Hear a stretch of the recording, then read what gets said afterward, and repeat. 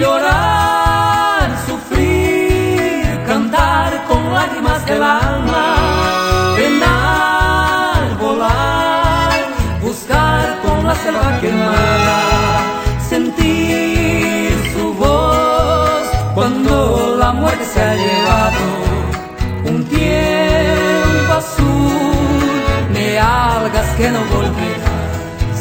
Soy la calandria que soñosa por su herida, soy el dolor del monte preso en su agonía, soy el clamor del río lleno de horizonte, soy la pasión que vuelve a cada amanecer. Por el camino vuelve a mí un tierno canto de cristal, expectativo frenesí por regresar de más allá. Con la sombra va muriendo el día y es noche eterna en mi corazón. Rumbo del sol por el viento fugaz, el recuerdo se enciende en su piel, montarás.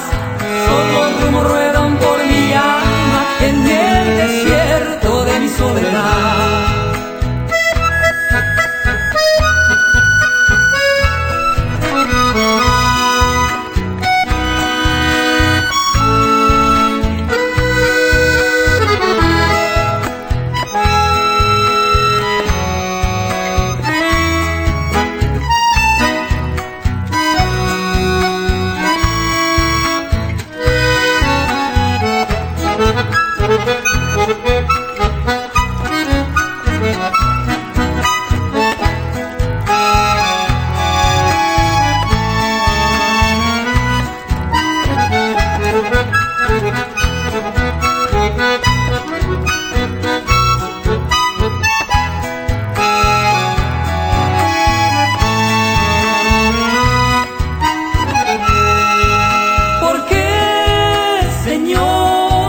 El hombre pasa por la vida sin ver el sol que habita en las cosas sencillas.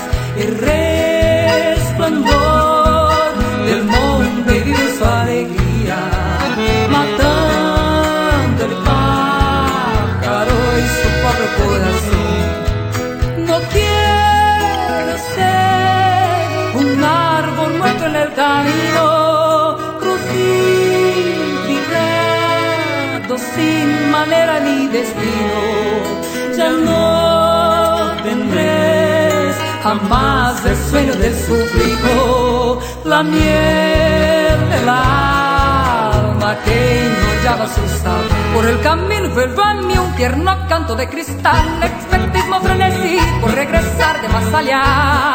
Con la sombra va muriendo el día y es noche eterna en mi corazón.